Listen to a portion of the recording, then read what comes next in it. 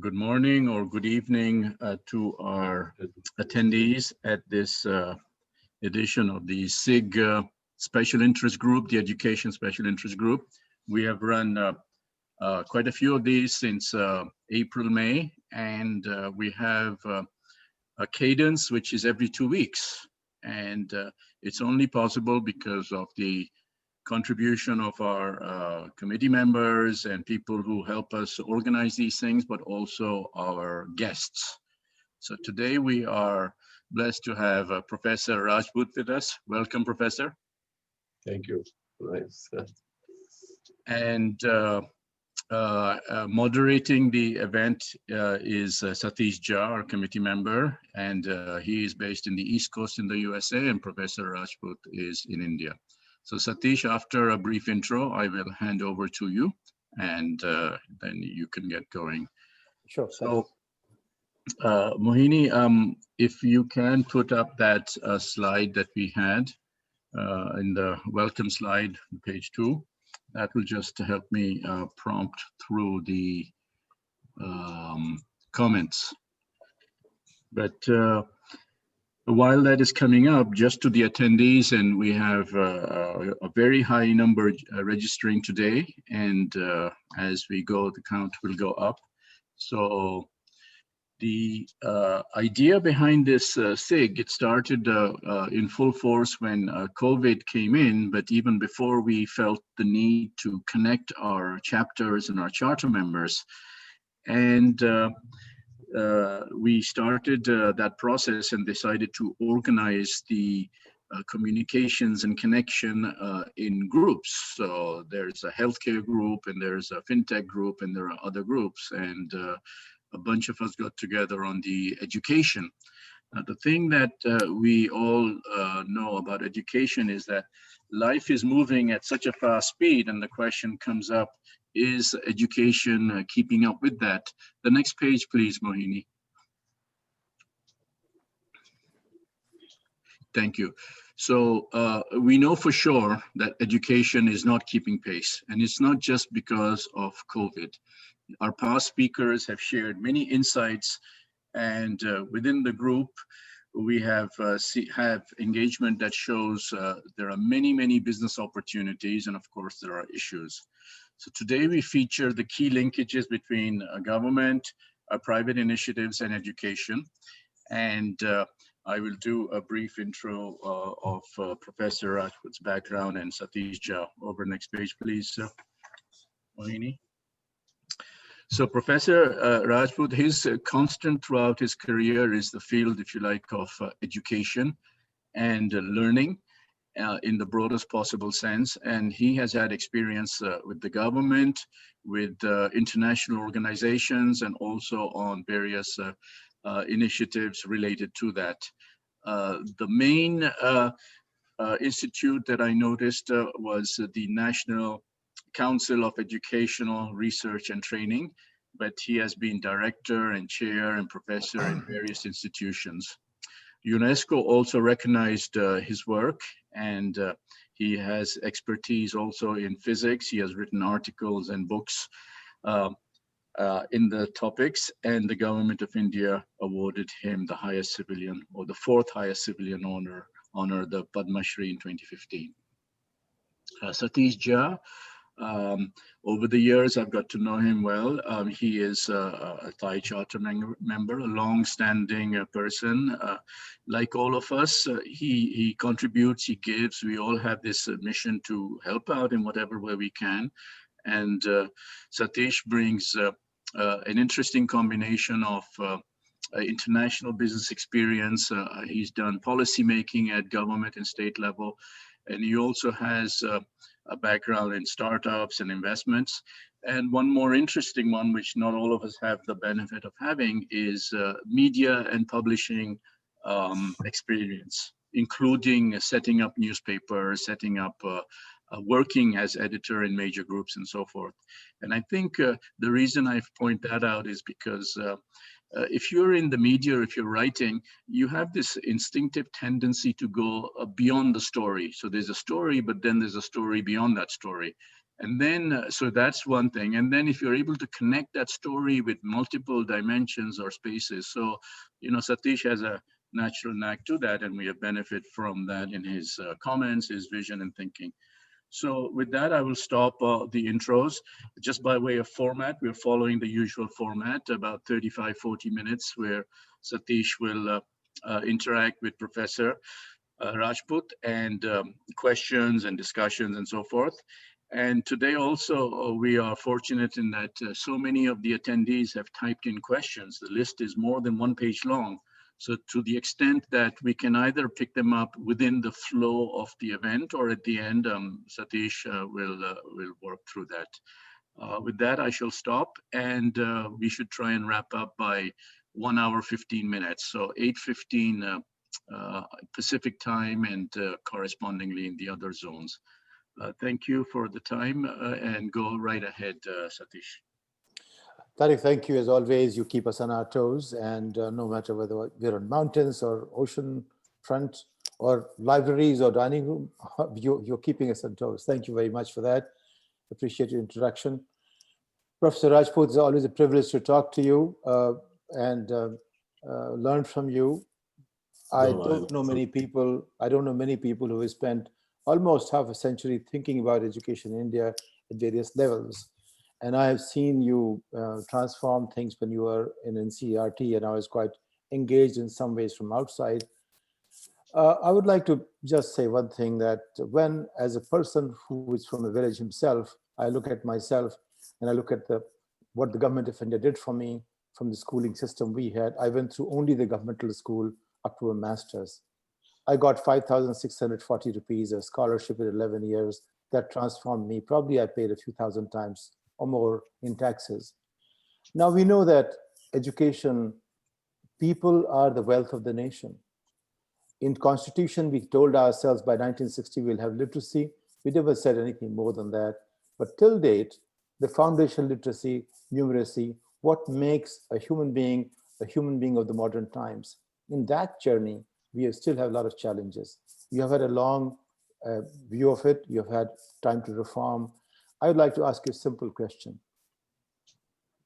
Given all that we do, given hundreds of thousands of crores of budget, what are the 3 key points you think where we need to address in our journey for the next 20 years?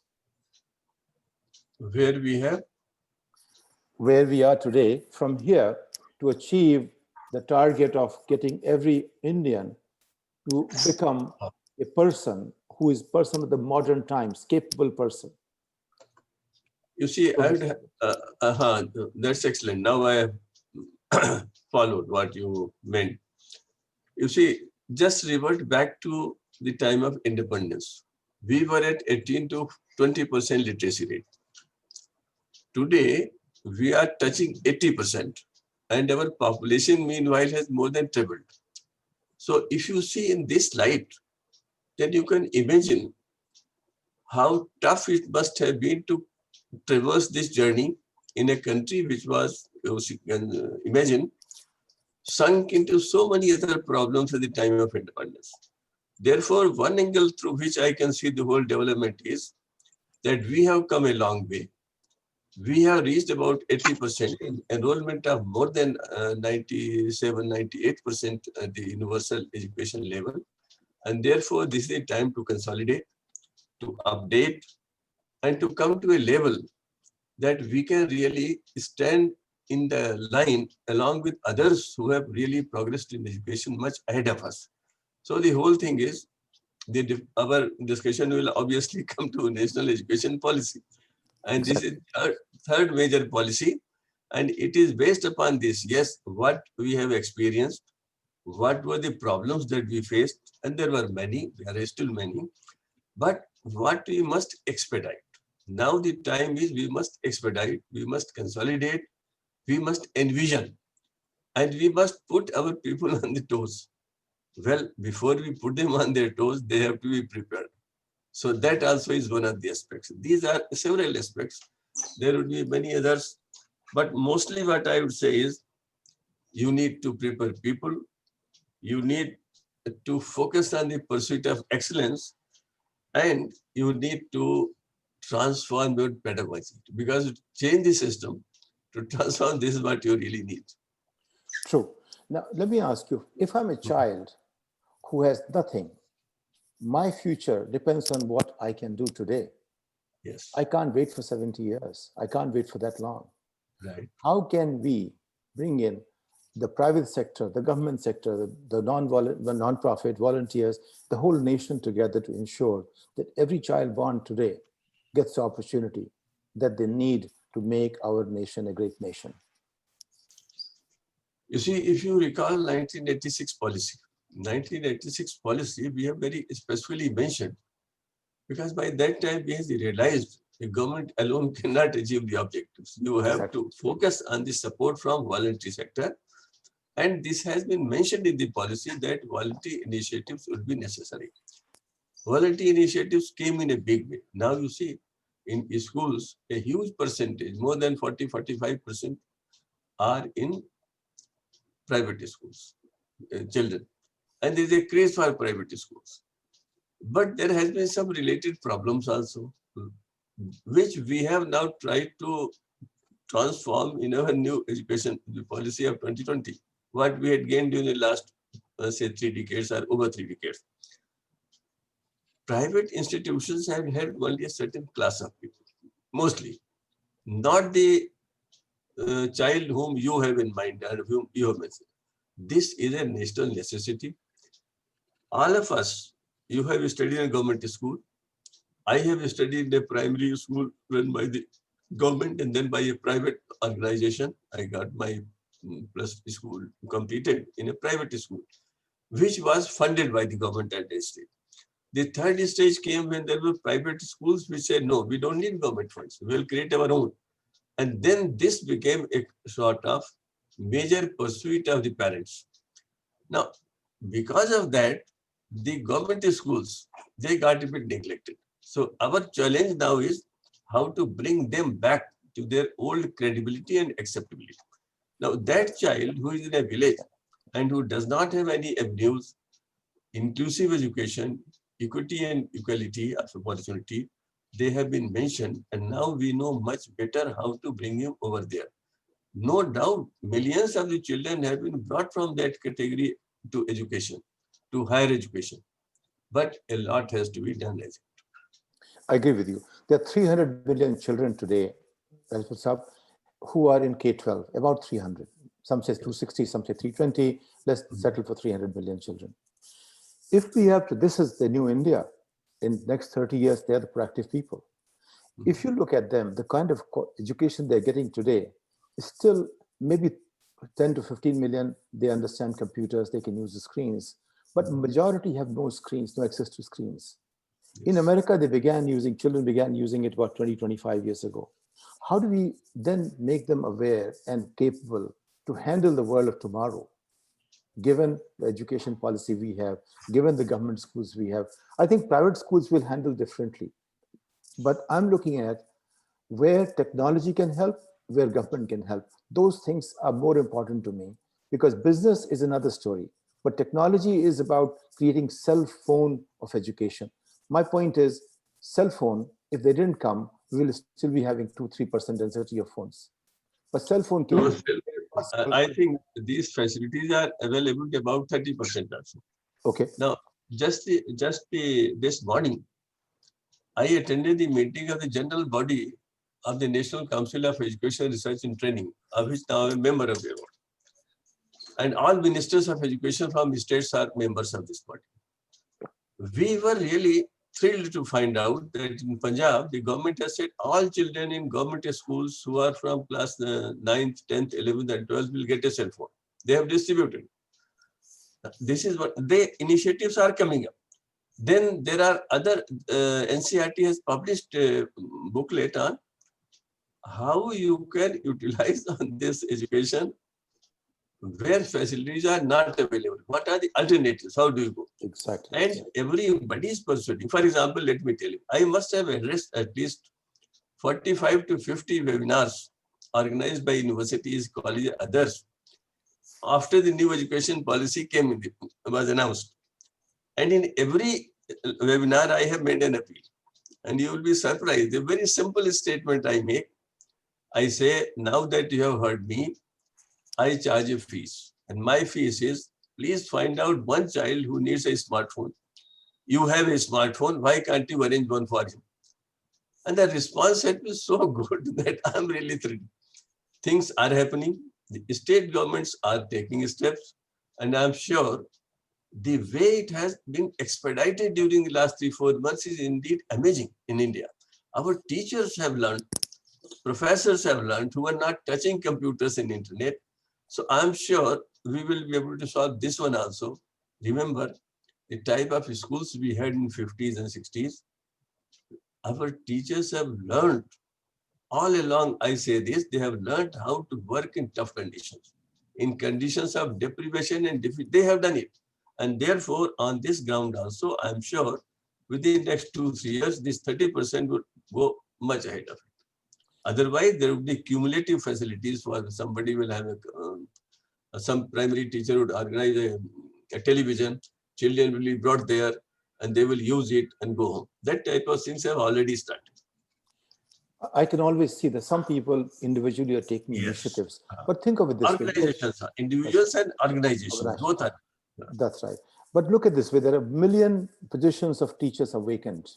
That's one. Second, the quality of teachers has to be upgraded to understand the new technologies, new challenges, because every 2 years, we are adding more knowledge than we had in the entire history of mankind. If that's happening, are we making our teachers as aware, taking them to the next stage? And what can technology entrepreneurs do to help that process?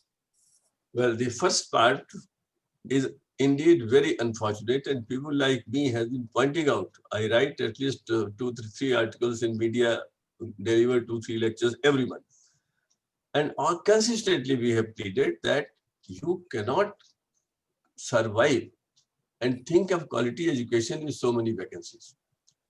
But you must also be aware that we have several other issues also. For example, in 1960s, there were no vacancies in universities and other places where we were studying. Why? Anybody who was qualified could be appointed. But now we have to take care of certain provisions of the Constitution. In certain categories, you may not be getting teachers. Then efficiency and other things may also matter. And therefore, I often point out that this shortage of teachers runs across the whole thing. Unfortunately, we did 1 or 2 experiments which we should not have done. For example, appointing teachers on a short-term, small honorarium. And the state governments thought this is the alternative. It was not the alternative. In Indian conditions, you have to have regular teachers, trained teachers, and you have to have provision for their in-service education. NCERT has been doing wonderful work in this area, in-service education. Now, the National Institute of Open Schooling recently conducted in online education for teachers who were not trained for 6 months, and 1.4 million teachers participated. Now NCERT has a plan in the scheme called NISTA. They are going to 4.3 million teachers in service education. We have many such plans that in service education should be imparted. This is the part 1. Recruitment drive is being emphasized, but there are certain other basic things. Now the other point which you have said is very important, the quality of teacher education. I was the first chairperson of the National Council for Teacher Education, and a statutory body which by an act of parliament. I was there from 94 to 99. And I have the experience how teacher education was being commercialized. And after that, there was further deterioration. In 2012, Justice J S Rajput, our former Chief Justice, headed a committee on this quality of teacher education and made some very significant recommendations. And one of them was, which finds a place in the new policy, strict action is to be taken against institutions which are focusing on the commerce part of the institutionalization and not the academic part. Now, as a redressal, we will have in the new policy 4-year integrated courses.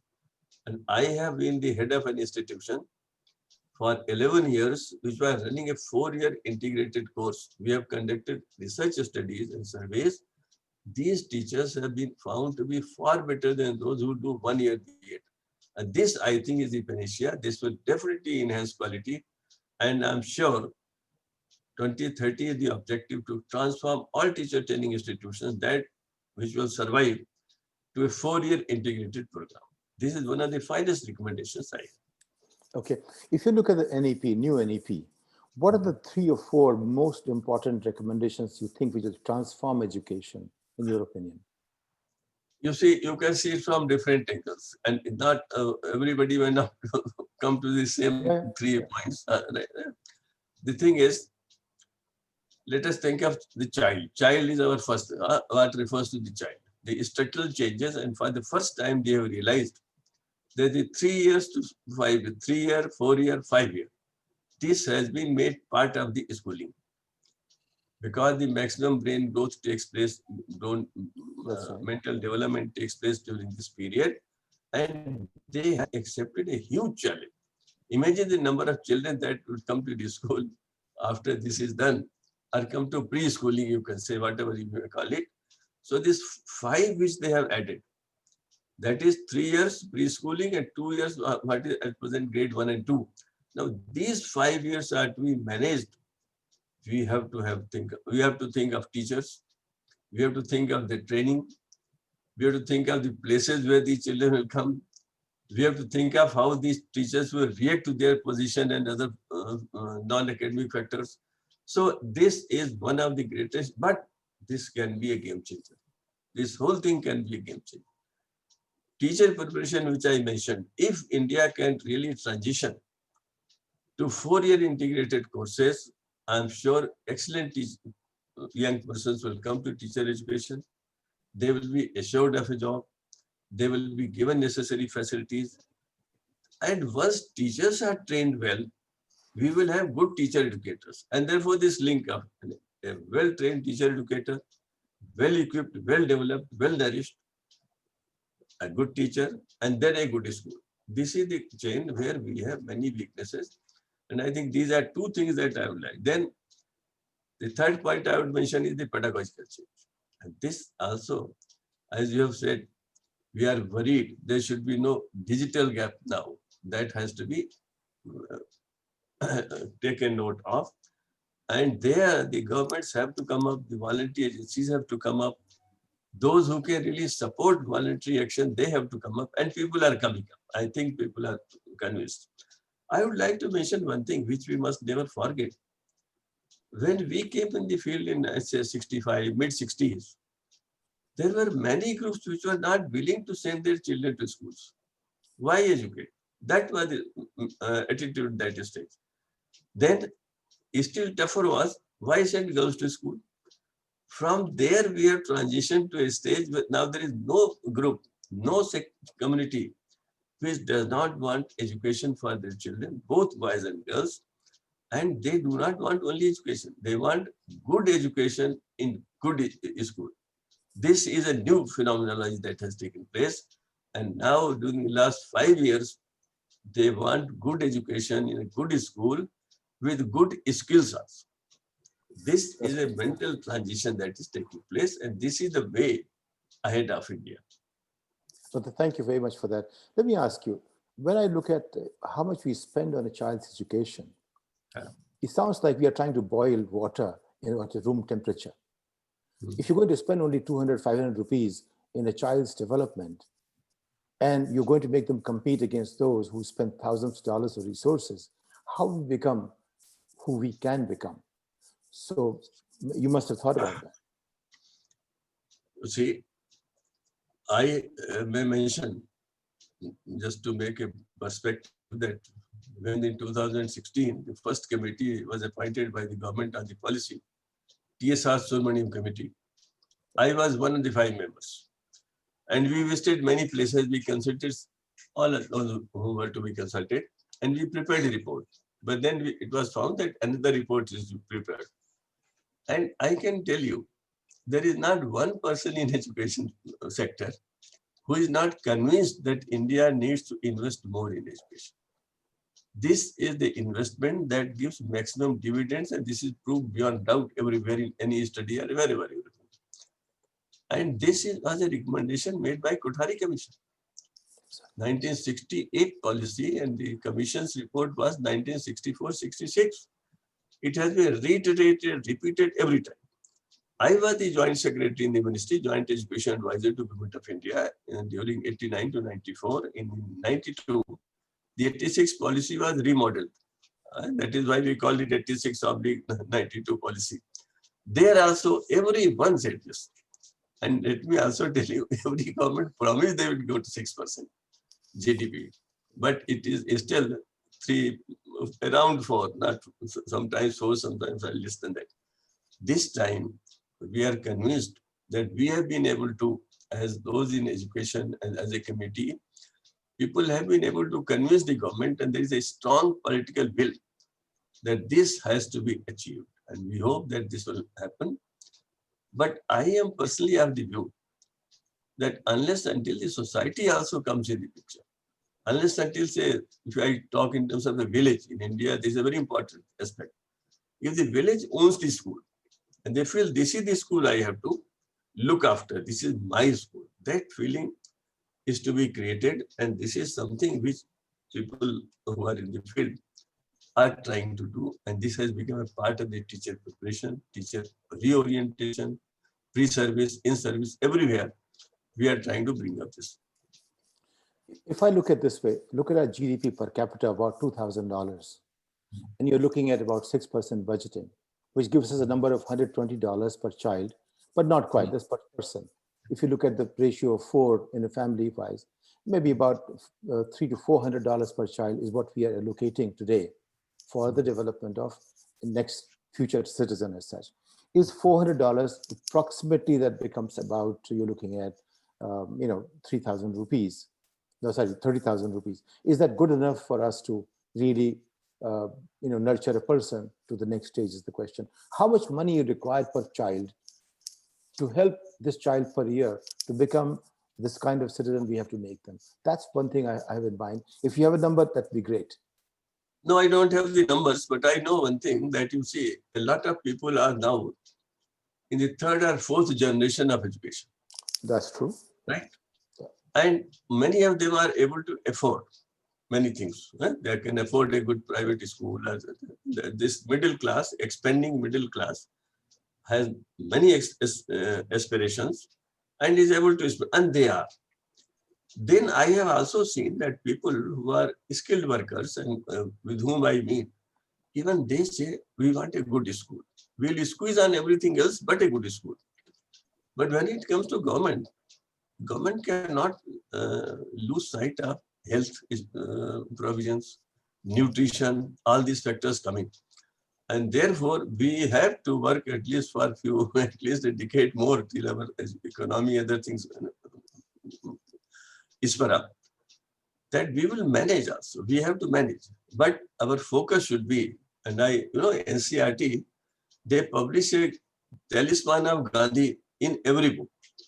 Yes. And every book, no, irrespective of it simply says that whatever you take up as a project, as an initiative, think of the last man in the line. Exactly. So our governments in states, other things are focusing on those who really need help. And they are getting help, they are getting a scholarship, other things. Well, deficiency can always be pointed out. But positivity also has to be seen. Any brilliant child, any talented child is now located, is helped by the school, is helped by the officers. And this has been really realized by everyone. That is why I refer to 65, when they thought, why educate? From why educate to good quality education in good school with skill orientation. That's a great one. It's My sense, Dr. is that about $100 of additional resources per child can help them become as good as they want to become. That's where I'm looking at.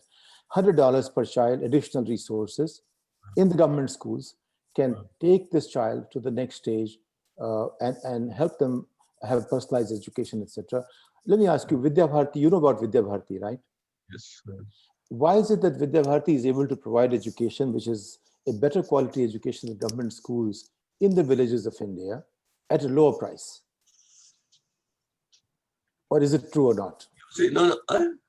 I can talk a couple of things, but I would not like to talk a couple of other things. For example, Please.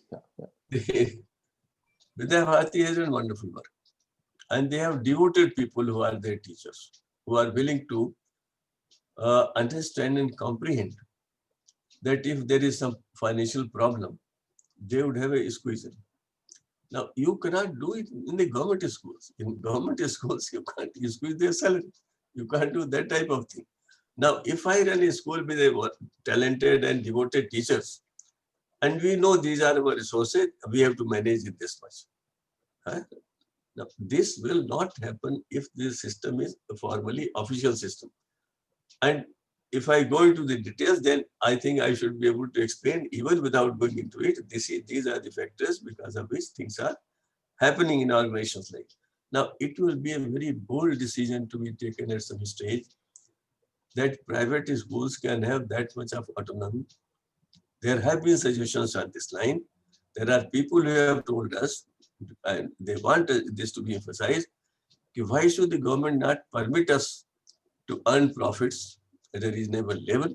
We will pay taxes, use these taxes for the weaker sections, but allow us, so why should we get into all those things which normally should not be done? This also is a factor, and I think at some stage, we have to find out ways and means, this $100 which you have indicated, it may not be easily possible with the type of financial situation that exists at present. But with social support and our teachers' ingenuity, things would improve. This is all I can say. You know, we have advantage of, we can go anywhere on the education map and you will probably educate and help us understand. I'll request something. We are entering the era of artificial intelligence. We talk about artificial intelligence all the time, but that intelligence is supposed to help every single individual become better. Is there a way we can plan for, as part of our NEP recommendations, we can find a pathway saying that NEP allows us to do this and get entrepreneurs into this space and take the next step? Can you imagine that? Can you visualize that? You see, surely these aspects have been discussed in great detail. Now, if Corona was not there, any government school which has the facilities could train every child in artificial intelligence also. Coding could begin class 6. This is what has been envisaged. Now, we have some problem. Hopefully, after 6 months, 8 months, these problems will get reduced. Then our schools, it is possible for India to equip its schools in the modern pedagogical techniques and requirements. That we can manage. There is no difficulty. I told you the example of Punjab. They have gone out of the way to do it. We will manage. And people would be there to help the government also. Government itself will have resources. No problem on that one. So I have a feeling that after this Corona thing is over, this digital divide, which we apprehend at present, will certainly be reduced, and our people by that time will be fully prepared in the schools and colleges to provide every child a facility of this kind. Okay, but the point is, a journey for AI, I think we have 6 to 7 generations there that go into making people. One challenge we have had is this: between the soul of education and the body of education, we get stuck with the body, we miss the soul. For instance, when we look at, once I read in Wall Street Journal, they wanted one employee. To hire one employee, they went to 2,000 applicants. And the person they hired finally, it would have taken them another year to bring them to the level of baseline. This is the kind of quality of training or education we get. They're taking a straight away from college. So in other words, how do you bring them to the level? So when I say a graduate of India and graduate of Europe or America, we can compare that. How long will that take us? I will give an answer by quoting something. You see, all those who know about Indian education know about Professor D.S. Kothari. Yes. And D.S. Kothari has given a report, Education for National Development, in 1964-65 that I mentioned. And our first policy came out of it. Dr. Kothari was a physicist, but he understood the spirituality very much. And he wrote books like Atoms and Spirituality and Relation of Science and Earth. Now, after about 25 years, now this is the answer to your question. After 25 years, Somebody asked Dr. Kothari, sir, if you become the chairperson again, what changes will you make? In the report of the commission. Ji. And the answer was, I made a mistake. I thought development is the only thing. Everybody was talking of development in 50s and 60s. Yes. We also flew with the same in the tide. We flew with the tide. In Hindi it says, Pravah mein beh gaye. We did not apply our brain. In our context, we should have focused on education for character building. So if I make another report, I'll say education for character building. Preparing people, the right people who understand India, Indian context, and the Indian tradition of knowledge acquisition, knowledge distribution, knowledge dissemination, and knowledge creation. This actually explains, we have learned our, for example, many of the developing countries reconsider their ideology of progress. They make mistakes. They have made mistakes. It is not necessary that we have followed all the right paths. If you think of Mahatma Gandhi, he had said head, hand, and heart. If we had done that, if we had not focused only on the mental abilities, but head and heart also, this situation of people getting degrees but not being equipped well to perform their jobs would not have arisen. And this is the transition that if you go through the national education policy, you will find that we have learned from experience. We say no distinction between curricular and non-curricular. Now vocationalization initiation will come right from 6th grade onwards, and this will be merged. Now a child can offer any subject that he likes. That type of flexibility has been given. So the whole scenario will change from a regimented scenario. If you read science, you cannot talk of social science. If you read social science, you have nothing to do with education. That fragmentation is to be broken. And once it is broken, there will be a lot of enthusiasm in the field of education. This is how I envisage this could be my response to this. Some people ask, government did create Kendriya Vidyalaya, Navodaya Vidyalaya. What will it take us to make that kind of a baseline and universal for the whole country? This is one issue where the central government runs these schools, right? Ji. And education is on the concrete list in the constitution. But running schools is the responsibility of the state governments. State governments also started certain schools, some model schools here and there, many of them.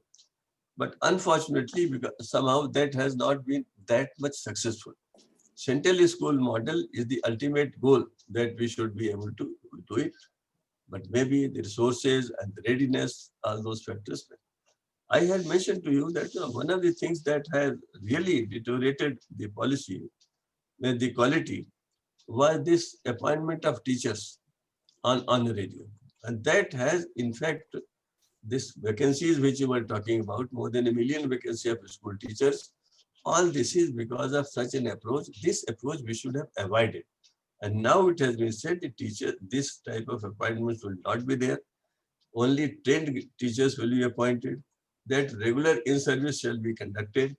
And we have the experience. Now with the technology coming in, if you can train 4.30 million teachers in 1.4 million teachers in 6 months, you really have a chance to provide a real in-service education. And that I think is the thing. Dr. Saab, I've been very intrigued by one thing. For the last 10 years, the cutoff point for admission in Delhi University has gone to 100% now. In other words, there may be 10,000 students every year who get 100% marks. They must be perfect people. If we have a nation where the capital is full of so many perfect boys and girls, we must be able to solve all the problems. And I look at it this way. In America, in any GRE or whatever, perfect scorers probably are about a dozen, a couple of dozen, not more than that in any particular examination. But we have 10,000 or more perfect scorers in Delhi University just to get admission in a college. How does that happen? And there's something wrong here, something missing here? Yes, there is definitely something wrong. There is something wrong we have been very complacent. We should not have been. We are sure that this thing will be changed. They would also have all India examinations. There is a separate body will be set up to look into all these aspects. And the problem is that we have not been able to coordinate with the boards. We have not been able to develop the right type of assessment procedures. And that is why this situation come up. It has many non-professional inputs also that have crept into the system. And that is why everybody is now against this whole thing. And I'm sure 100% is not a perfect system. And they say 100% cut off in 4 subjects out of 5. And therefore, people get it as no somehow. It has to be stopped and it will be stopped. Okay. There would be a better model of assessment than this one. Okay. In fact, I earlier submitted that just like cell phone, until cell phone came to we were unable to think how to get every human being a cell phone. But when cell phone happened, that means technology made it possible. Today, actually, whether people have anything else or not, they have cell phones. Right? Yes. Similarly, is there a technological way of creating something which can be like a cell phone solution of education for the country? Is it something reasonable to think about? Yes, it is. Because now we say we shall not give you a report card. We shall give you a progress card. And this progress card will have inputs from several agencies, from your own peers, from the teachers, from your own self also. Now, once you get into that, and even this the meeting of the today, somebody suggested that why give them after 11, 12 years, why give them marks? There is no need. You have interest test, you have everything else. Just give them a progress card and we done away with it. This 98% and 100% is a ridiculous thing that has crept into our system. It has to be wound up and it will be wound up. But yes, there will be better ways. And this policy, now they have set up certain groups. And we have very enlightened people now who are familiar with the technology, who are familiar with the trends in the developed countries, who are also familiar with the Indian own tradition and requirements. Because this policy that we are discussing has also taken note of that you cannot have a transplanted system of education. You take everything that is required, but basically it must be grounded in the soil of the country. That's right. Even when the UNESCO report, this Learning the Treasure Within was released in 1996 in Geneva, I was present. The Jacques Delors, the chairperson who delivered his speech, he said this: education in every country must be rooted to culture, committed to progress. Now we will talk of artificial intelligence, but we shall not forget that agriculture remains to be the major employment giver of this country. That villages can no more be neglected. That those things which we have not cared for earlier, perhaps could help us in controlling this unemployment and this lower quality of this. And that is why so much of changes in vocational education have been brought in. My request, how do you think entrepreneurs can help this process? Private people, those who understand how to create businesses around it, not the one we are seeing, the one which will address the last man, last child, the weakest, so on and so forth. How can they help? You see, someone like me, whenever this question comes, I think of Madan Mohan Malviya, Sir Sayyid Ahmad Khan, and the way what inspired them to open the institutions. There are many things, Mahatma Phule and so many others. Yeah. Or Dr. Ambedkar also, he said he focused on education. Education, Vivekananda said it is education, education, education. Now that type of spirit have somehow submerged into the commercialization.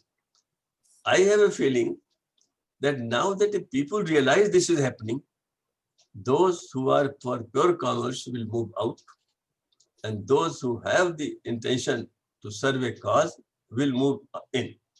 And that is what is to be encouraged, and that is what is the ray of hope. And this ray of hope is to be rekindled every time. It is education is a dynamic process, and you cannot stop where this is the policy. You have to keep on transforming it and remain alert at every point. True. Now think of, instead of entrepreneur, there are a number of us who are engaged with technology issues, creating new technologies, at least outside, if not within the country. If you had to look at from that point of view, what role do you see technology entrepreneurs, they can contribute to support the educational quality improvement and spread. No, I think what you asked earlier, let me point out. Yeah. You know, I would like to mention two, three things. We recently went through a lot of discussions before the policy formulation on Tagore's philosophy. Tagore has written at some point, there are two boons which every child gets, unhindered, and they are power of ideas and power of imagination. Education systems impede these two. This is what we have been doing. We have realized our examination system impedes power of ideas and power of imagination. And immediately what follows is curiosity and creativity. So take these four things. New education policy focuses that our system should work in a manner this should not be impeded. And therefore, let him read whatever he wants to read. Let him discuss. Let him be examined in a manner that he knows how to apply knowledge. And once he knows how to apply knowledge, entrepreneurship will definitely be nourished and will develop. And that is how we should have gone much earlier, but now with our experience, we have brought this. You see, three sentences of Shri Aurobindo, how relevant they are for India. First, as you know, is known everywhere, from near to far. The second is wonderful, which is going to be a part in every teacher training institution. Nothing can be taught. It is learning the treasure within. Nothing can be taught. Now you understand what is the implication of this. And the third sentence that I normally quote is, mind must be consulted in its own development and growth. And this is what we have realized when we have brought this 5 plus 3 plus 3. So in the 5, we have added the 3-year, 4-year, and 5-year. You understand how the child is going. You try to understand the child. And now another thing will happen for talent nurturance is that these progress cards will definitely indicate what is the interest of the child. Now, parents also will not provide that much pressure which were they building earlier. My son must become an engineer. He must go to medical. Now that I say that more understanding is growing up amongst parents also, we are going to see the child will be allowed to develop according to his own interest and system will try to help. So I have a feeling that there will be more entrepreneurship, more entrepreneurs, more people who can really do something. Okay. You know, when we look at outcome as such, in the past 70 years, best of minds that we have, they have gone out of the country, right? And I remember once I was in JNU, we had a professor. There were 3 professors in the subject. 2 got the Nobel Prize. 1 didn't get it. He came back to India. He remained there for 30 years in JNU. And probably he just relaxed because he had lost the incentive to create something new because 2 of his colleagues already got the Nobel Prize. To create a culture where people actually excel at the global level. I mean, you are an exception. You are recognized within the country and outside. But more people recognized within the country and outside as well, while being within India. That is interesting from India's point of view. Now, today, only those who go out, they get greater recognition because they become part of another system. They go with a different flow. But how do you create the flow within the country that we begin to excel? No, I think we realize the situation. When we compare the level and standards of our researches, when we had only 20 or 25 universities, I studied Allahabad University, got a doctorate in physics. And in the 50s and 60s, the type of reputation that university had in the Indian arena, the type of publication that were coming up, should have gone up, but we could not sustain whole thing. This is applicable in general. Some institutions have done wonderfully well, but now from 20 universities, you have gone to more than 800 to 900 universities. The same happened in schools also. Though whenever a large scale expansion takes place, quality will get definitely diluted if you do not take necessary precautions. India was not ready to do those precautions. That your expansion was necessary. We could not stop it. That was the demand, the people's demand. So expansion we did, but we failed. And I'm using the word failed. Yes, we could not sustain the quality and the credibility of those type of research. And that is what has given to the concern that you have just now expressed.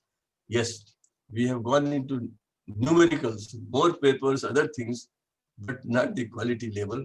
Now that a National Research Foundation is being established, it will examine all research projects, indicate ideas on which research should be done, and that I am sure will also ensure that it is only top level researches are conducted.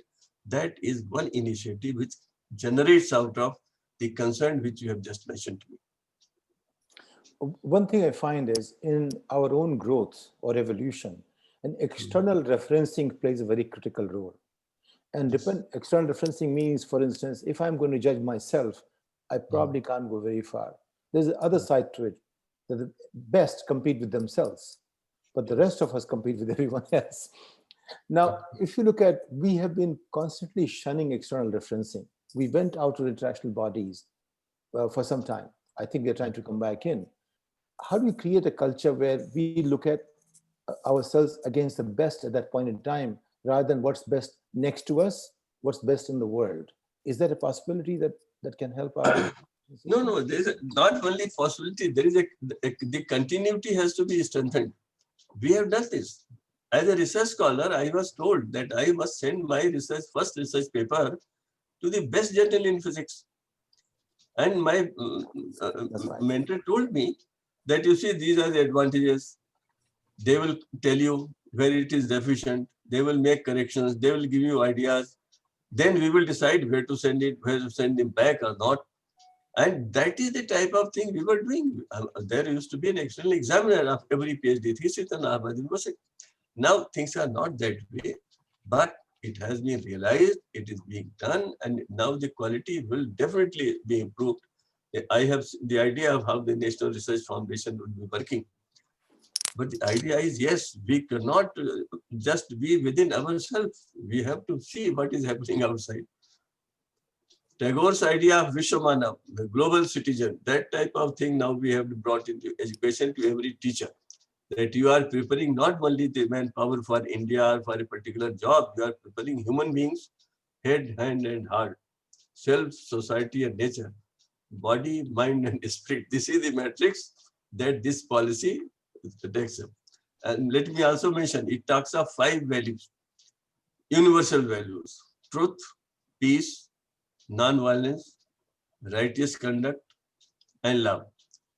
In the year 2000, as the director of NCERT, I had proposed these values, that they should become the part of every teacher's job. So if the teacher is really an acharya, whom people should follow, then everything will change. The quality will change. The personality development will change. The whole approach will change. And that is the type of thing which the policy, if you read in the first few pages, and they have mentioned the values in 11.9 or something, I find a total symbiosis that now we have realized and learned from our experience. And this, I think, any nation, any policy should be proud that it has really continued to learn. But Dr. Saab, how do you see the next 5 years, this NEP will be guiding us? Where do you see at the end of 5 years as of now? How far can you see us? In the next 5 years, there will be a lot of activity. First of all, the teacher training institutions will be equipped. There will be a huge recruitment of teachers, because this is something which will now not be allowed to happen. Teacher training institutions will be done well. The state governments will be persuaded, and some of them are already doing it, to restore the credibility of government schools. Because, you know, the recent turmoil that has happened because of Corona, with millions of workers coming back to their original states like Bihar, they are now going to government schools. And therefore, there is serious demand, pressure on the government schools that you improve. And you stop any practice, unacceptable practices must be stopped. Teachers must be there. So there will be recruitment, there will be a lot of activity. There will be teacher training institutions where things will change. The most important thing in the next 2-3 years will be a school curriculum framework shall be prepared, syllabi will be revised, then this textbooks will come, then textual material, online materials, lot of work is going on in school level and university level. This will also be expedited. So I see next 5 years full effectivity in the field of teacher education. Education as a whole, higher education, school education, both. These, the single regulator in higher education will come in existence. National Research Foundation will come in existence. A body for assessment will also come in existence. Then monitoring systems will be changed. The evaluation systems will be changed. And I think by at the end of 5 years, many of these things would be in a very inconvenient situation. Wonderful. Tariq wanted to ask something. Tariq, may I ask you to? Oh, thank you, Satish. So from the professor, from the perspective of an entrepreneur, you know, we're getting clues.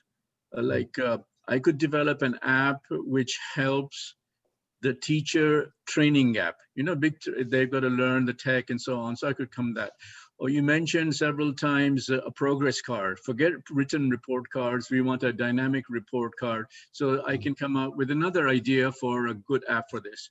So, and you rightly mentioned that in the policy, the intersection between government and private interests and so on is all being accommodated. So how easy or how complicated is it for an entrepreneur to like say, okay, I want some of that money. I want to have these ideas there. I want to sell and develop. Has that kind of been thought out at a practical level?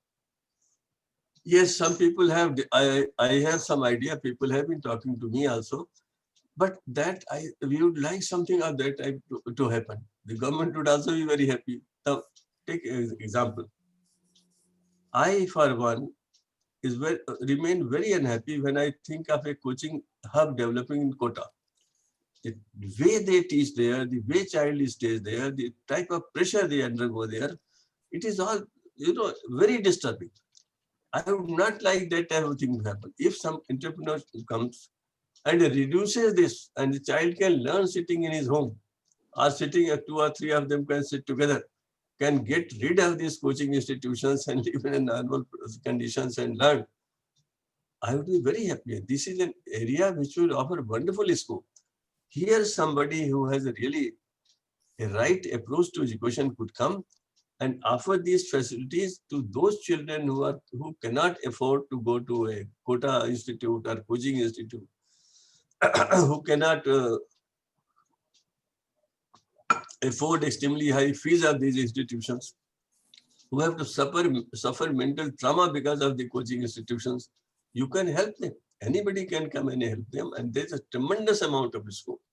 Because I would repeat, everybody wants education. Go to the remotest village in India, education is the real food. That is, your point is correct. But let people come, see the conditions here, and definitely they would be welcome. Have you noticed one thing, which I recently saw in one school? They were charging 30,000 rupees per year per child from K to 10. For 11th and 12th, they were charging 130,000 rupees. 100,000 was going to the coaching school and 30 for the school. In other words, schooling is worth 30,000, but coaching is worth 100,000. What is this anomaly? No, unfortunately, there is something more than this. In certain places, the coaching institutes and school have an agreement. Schooling doesn't take place. They give only attendance. They go to the coaching institute, and all the learning takes place only in the coaching institute. That type of thing is happening. See, so many things of this type have crept into the system. So the cleaning of the system is also a part of the policy. When the policy says stringent action is this is never written in policy. They have said stringent action is to be taken against institutions of teacher education which do not come up to the standard. This is one of the directives. So naturally, things will happen. Let me tell you one thing, which normally I should not be saying in a seminar like this, but because it's a reality, it is. In India, if you divide the parents in 2 categories, one, whose children go to government schools, and other, whose children go to private schools. Both the parents are unhappy. Both categories are unhappy. Those who send their children to government schools are unhappy because of inadequacies of the school and the schooling, including infrastructures, teachers, so many factors. And those who are sending their child to the private schools are also unhappy because The private schools, they feel, are squeezing them in so many ways, and they do not follow the norms, most of them. There must be exceptions. So this is one observation that I make. It is for the schools to make the parents happy. If the parents are happy, the schools will run better and quality will improve. I say this sometimes to them. But the position at present is there are no, we need more examples of private entrepreneurship in education where there is transparency. There is total transparency between the child, the parent, and the school. That is something which is missing, and that if somebody can come up with this in mind, I think he can definitely succeed. You know, I've been going from here to there, knowing your canvas is so large, I can jump from any place to any place. But there are a lot of questions around which I'm noting, and I'm trying to basically pick up some of the questions now from, and someone says, for instance, there are popular edutech companies which are coming up, right? And they are charging more than the education fees in school just for the app they're providing, right? Now, clearly that's not feasible for everyone, but that is one area where we can actually make things affordable. For instance, if an early entrant edutech company charges 100, you can actually bring it down to 10 and then take it to the villages. You think we should think along those lines? Someone can help? Definitely. No, I mentioned it earlier. I have mentioned it, when I was talking about the coaching. I have met so many people, they come to me, they talk to me, they cannot send their child to a particular reputed Fiji or something, many names are there. Of Kota, of course, everybody knows. They can't send like this. They say, tell us some methods whereby we can. This would be wonderful if it is affordable to a person and is available to him at his place with a small smartphone. That type of thing will definitely work without any hesitation, I can tell you. In India, there are so many takers, and if you see the numbers, you will find out how it will work. Now, nobody wants to send at least in the next 6 months their child to a hostel or outside their place. And once this system stabilizes, if you can manage that, anybody will be successful. Somebody asked a question that when we were growing up, I mean, I'm talking about my generation and one after, there was something called moral education in schools, right? There was something called National Cadet Corps, National Services Schemes, and things like that. And they were supposed to bring children to think in terms of not only today, but also tomorrow, connect to society. But the soft skilling, somehow in the rush for coaching, that began disappearing. What do you think about that? No, I think the observation is very practical and pragmatic. This is what has happened. You see, when in 1960, based upon my marks in the board examination, I was admitted for an engineering course, the top engineering course at that time, mechanical engineering in Banaras University, based upon my marks. We had credibility of the board marks. We did not have that much competition. That's right, yes. Everywhere it was happening. But now the thing is, you have multiplied, quality has gone down, then you have numbers. And these numbers make all this difference. So what we have done, it is marks, 100%. You remember in our times, to get a 75% mark was considered to be very laudable. Yeah. And even in 60s, to get a first division was considered so good. Now, parents come to me with 96% marks and they are crying because their child cannot be admitted in a Delhi University college. The cutoff is 98.5%. My granddaughter got admission at 98.5% with a lot of mother. She was very uncertain about her future. Anyway, so this is something that we have to look after, we have to change, and we have to transform. What he says, we had talked of value education in the year 2000. The whole thing was approved in many fora, but then it changed. But now this, you see, NCC, the Prime Minister recently announced, they're increasing, enhancing that part. The NSS continues to work. But because of the focus on marks, all those things have become secondary. People don't take much interest. The policy says all this will be changed. We will on personality development, character development, value inculcation, value nurturance, and value development. They have identified values because we all know that the most important pillar of education in the world of tomorrow would be learning to live together. Therefore, multilingual, multidisciplinary approach has been followed in this policy all along. Language issue, for example, in India often comes up. And we have all the arrangements for learning languages, not only Indian languages, also outside foreign languages, as we call them. But multidisciplinarity will enhance our quality and will create a better environment also. This is what we feel. No, that's very clear. Tariq, you have another question I have, otherwise I'll go back to some more questions. No, I don't, but there's just one here that I saw. Can you highlight where the policy is in conflict with RTI, just from the emails? Yes, of course. No, it is not in conflict, but there is a change. For example, in the Constitution, the term used was all children will be entitled for free and compulsory education till they attain 14 years of age. Till they attain 14 years of age. When the Right to Education Act came, this was 6 to 14 years. Now, I hope it is, he's talking of Right to Education Act, but let me complete this. Now we are saying from 3 years to 18 years. And therefore, some of us have the feeling that the Right to Education Act should now include from this 3 years to 16 years, to 18 years. Free and compulsory education. This is the idea. So this should be a positive development that we are now considering not up to 14 years of age, but up to 18 years of age. And also we are including the initial 3 years, which earlier we had not specified.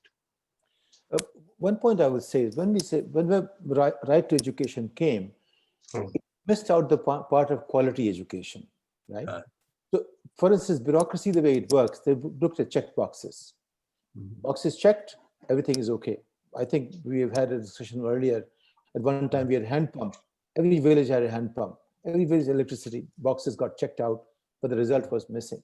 So quality, right to education, unless you add quality to it, will it be meaningful?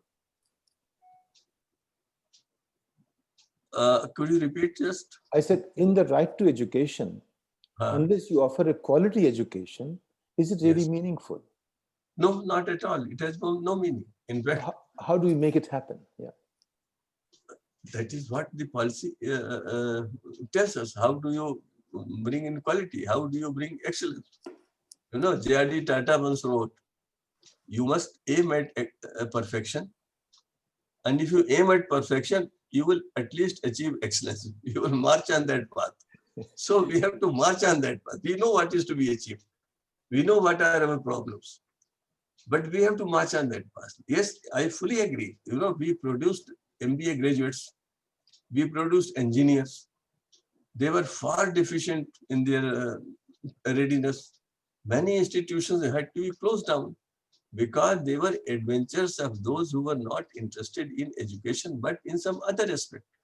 That type of, it has brought bad name to the private enterprise in education in India. That also has, I have a feeling that it would be weeded out now, and many people maybe on their own will move out because they are not getting the right type of reception in the system.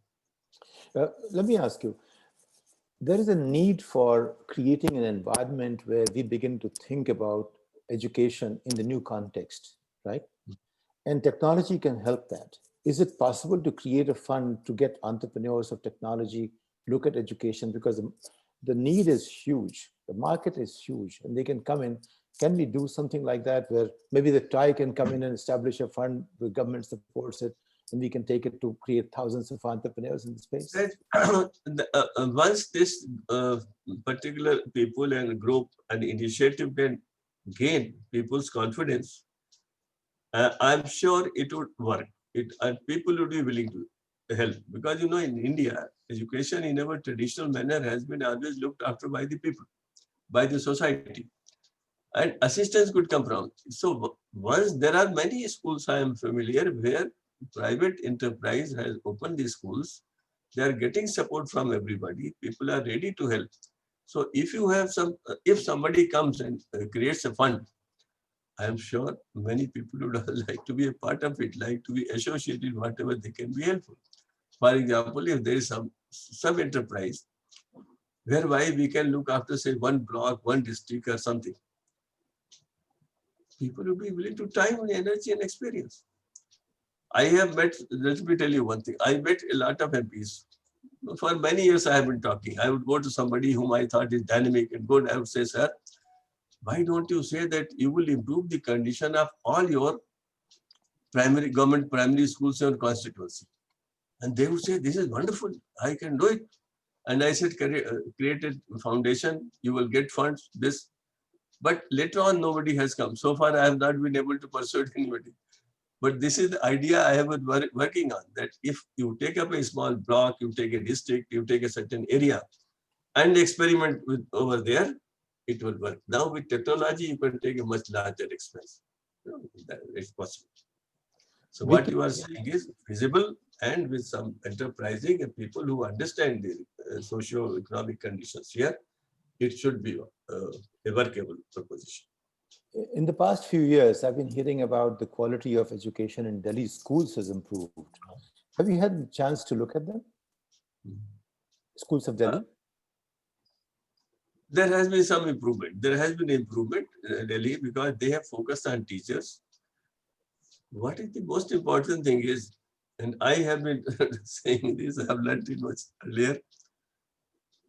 If you trust the teacher and respect the teacher, give him these two things.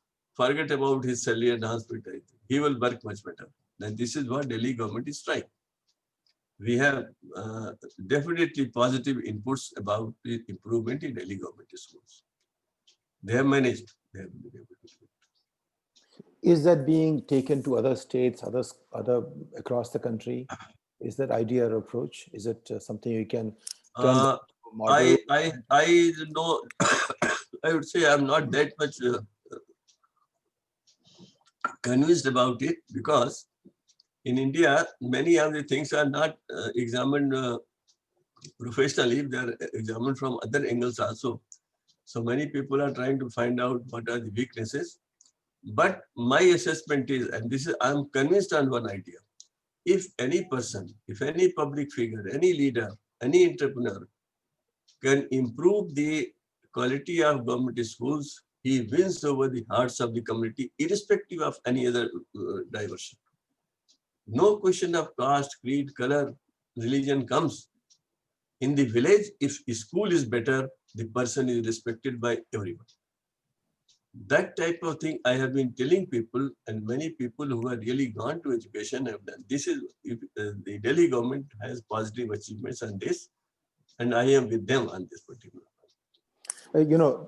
I used to run a project called One Laptop Per Child for the Country, which led to a lot of chief ministers buying laptops, but what they bought was not the laptop that will really support creativity, but they bought a laptop which will not work in villages.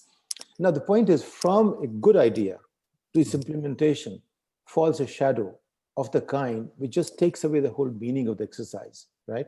How can we help that? Because you have seen ICT for infrastructure for education. What happened to that? Nearly every program in education field that came from the central government somehow came with good intentions, didn't go anywhere. What do you think happens in government? You have sat on both sides. No, for 86 policy, when it was being implemented, I spent 5 years in the ministry looking after teacher education and non-formal education. It may appear to be pretty remote, but we had a scheme called Operation Blackboard, yes, in which every primary school was to be equipped by central government assistance. Extra teachers, extra rooms, and I was in charge for the whole country about this particular scheme. And I thought, I was a professor of pretty senior, standing of 15 years. So I thought this is a wonderful opportunity for me. But after 3 years, I found I have not been able to do anything because I could not get that type of attention from the state governments. I could not get people who would have been enthused by the new initiative. They thought this is another scheme. So every scheme comes from central government. Even funds could not be properly utilized. So many of the problems now from blackboard we have gone to smartboards, and there again the same problem. The basic issue is now we have realized first you have to train people also. You have to prepare people, and prepare people in many aspects. Then there has to be good examples. Good examples can come from private schools, from private entrepreneurs, from people in pedagogy. And now the only thing is, if somebody comes with a new technological innovation, changes are possible. Maybe our schemes would be more successful than they were 30 years ago. But look at this way. You have done that yesterday, Operation Blackboard.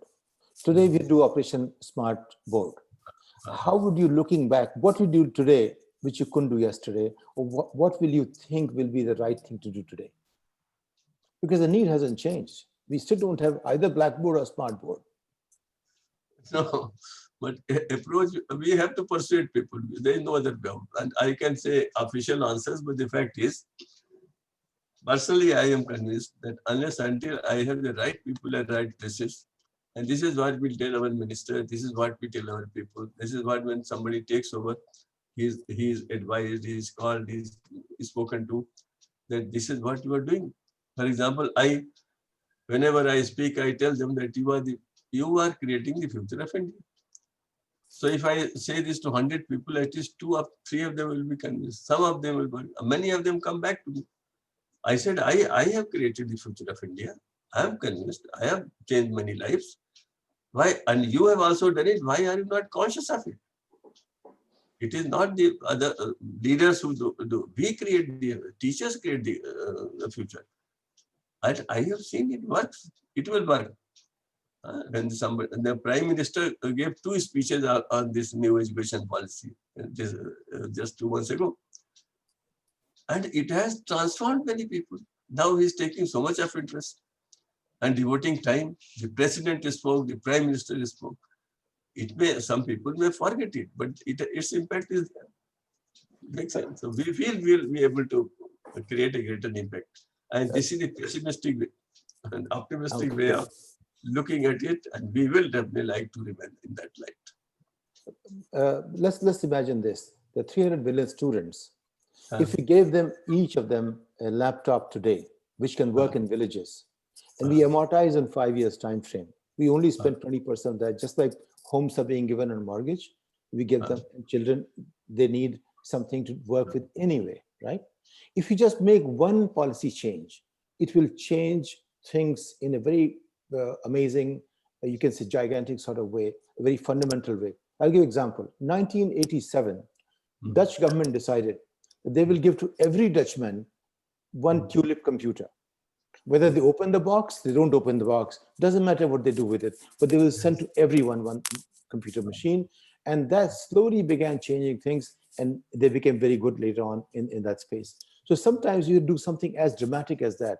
So why can't we think of giving every single child a screen? Because the screen is window to the world, window to learning, window to education. I do everything on the screen. They will do the same thing. Children are doing that. Why can't we just make one major policy change and see the dramatic impact it can have? I would have definitely raise the flag along with you on a suggestion of this type. And this has come up earlier in the discussions also. But now see, it's a huge country, population. Then Corona has come up. So who knows if Corona was there, our economic progress has continued the way it was continued 2-3 years ago. We might have thought of it. We might have thought of it. For example, a state government can give all children from class 9 to 12. This is something miraculous for our country. Maybe some others will also come up tomorrow. Maybe I have not known about them. Maybe they are doing it. But some make a mistake. For example, in UP, they distributed laptops, and everywhere the chief minister had to go. So some of them were spoiled because they had to wait and wait and wait. Those mistakes, errors are there. But who knows, if things improve, India might also be able to do something of this type.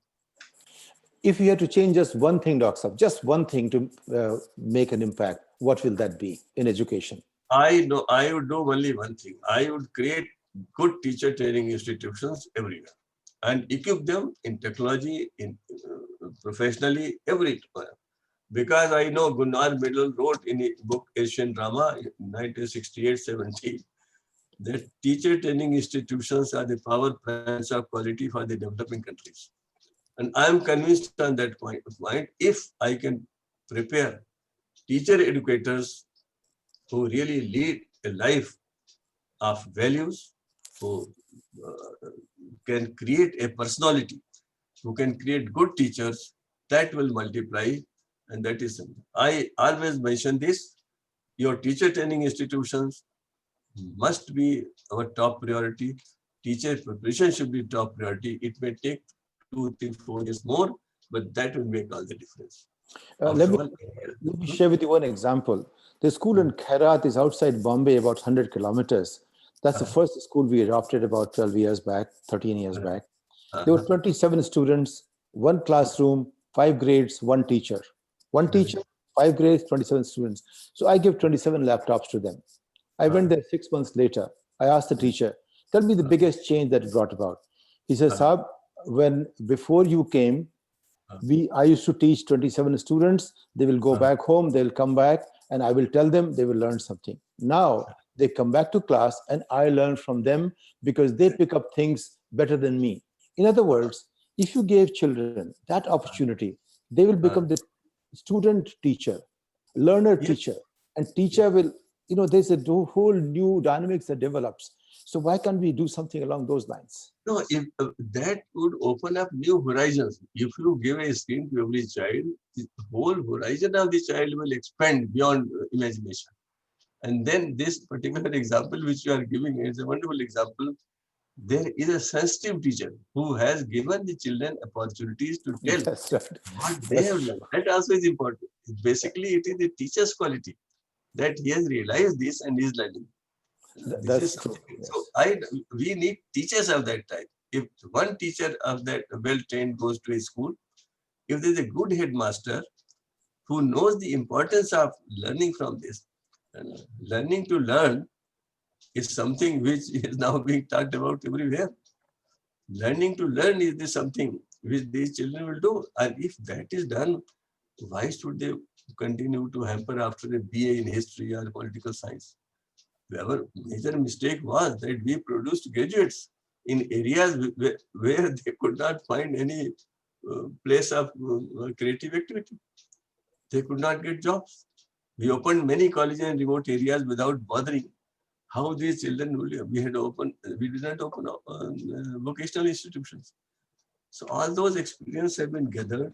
Diversity part in India, we all know. You have a policy, but its implementation will vary. The specifics will vary, the syllabi will vary, but the standards will have to be comparable. That is what is the main issue. Listening to you, I think if the Vidya Bharati model could be taken from 15,000 schools to say 100,000 schools, that can be itself a game changer from education point of view. Do you think so? No, Vidya Bharati model can become a game changer. Vidya Bharati model needs to be supported in certain manners. And Vidya Bharati model, if we expanded, we have been discussing with our friend Mr. Ketan, that if they can be equipped to take up this coaching also, that would be wonderful. That can be a wonderful entrepreneurship. And that would help not only children who are in their schools, but a huge number who really need support. But there are two things that I find. To take from 15,000 Vidya Bharati schools to 100,000, that's number one. And second, improve the Vidya Bharati level from where it is doing good job in modern context to the future context. Yes, those two things. So what do we need to do for both? That is, of course, that will become a part of the whole endeavor. Once you have to be futuristic, we have to be distributive in the sense, go to greater thing. And Vidya Bharati institutions are developing human values. Their personality development is on her side. They focus on the growth, not only the head, but also hand and heart. That is a positive aspect of their whole enterprise. And if that number increases, it would be in the interest of one and all. Many of their alumni are now doing wonderful work. I was very happy to see that at least NAP took a 20-year view of policy. I used to tell Vajpayee ji, Atalji, that just like for a child, we don't plan for a child for 5 years. So why should we Yes. plan for a nation for 5 years? We should plan 20 years. So NEP did 20 years. So No, now this time it is yes. long. So now you see, how do you see India of 2040 from here? How do you see 2040 of India from No, education? I see India gaining much higher recognition by 2040, and we would be very successful in poverty elimination. We might be having better health services by that time, and our institutions would be better functioning institutions, more comprehensive institutions, multidisciplinary institutions, and there would not be institutions which should not be there. That is another point that I would like to mention.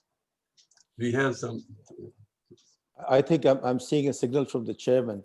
I would say, Dr. Saab, it's a very, very engaging conversation I have had. It's been a delight of my life to have had this conversation. So many people openly as such. I hand it over the chairman, Tariq Bhai. No, I have also enjoyed talking to these things, and I hope with people like you and your friends, something will happen, and you are all welcome to India, and assist those children who are standing last in the line. We will follow any Thank model. you. Thank you so much. People like me would be extremely happy because we have interacted with them and we know the conditions here. So thank you, Satish. Professor, if anyone needed reminding that India is unique, it's a huge country, it has its challenges.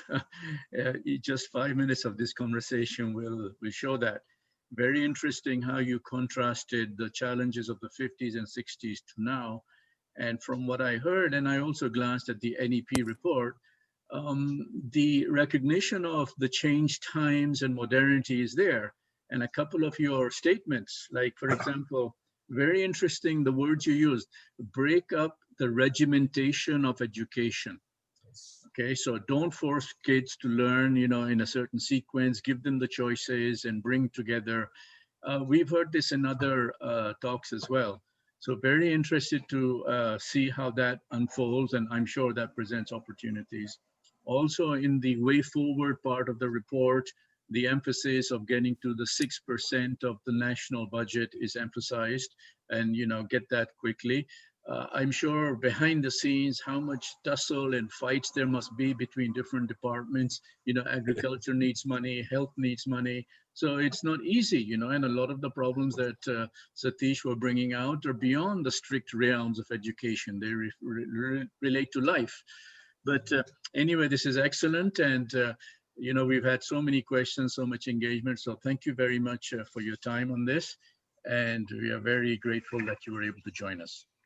Thank you so much. And I have enjoyed talking to all of you. And I hope many things will follow. So nice of you. Thank you very much. Thank you. So just a plug for Satish, you want to say something? No, go ahead. I'm waiting for you. So just a plug for the forthcoming programs and this is to our attendees, mark the date of November the 5th.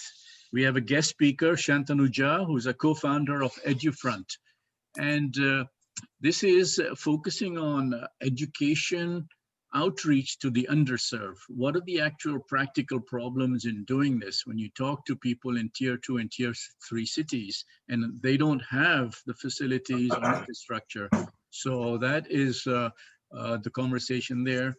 And on the 19th of November, we have Murali Bukkapatnam from our own Thai group, and he is going to help us discuss the realities of reskilling. Reskilling is something that everyone engages with at some point in time, and that will again focus on the practical challenges of doing that. So please mark these dates, 5th of November and 19th of November, and of course we will be sending the notices on this. So thank you very much to everybody. Mohini, back to you. Thank you so much. Professor Rajput, that was wonderful conversation with you. Thank you, Satish sir. No one better to lead the moderation. You have so much experience in this field. Great thoughts from everyone on the panel.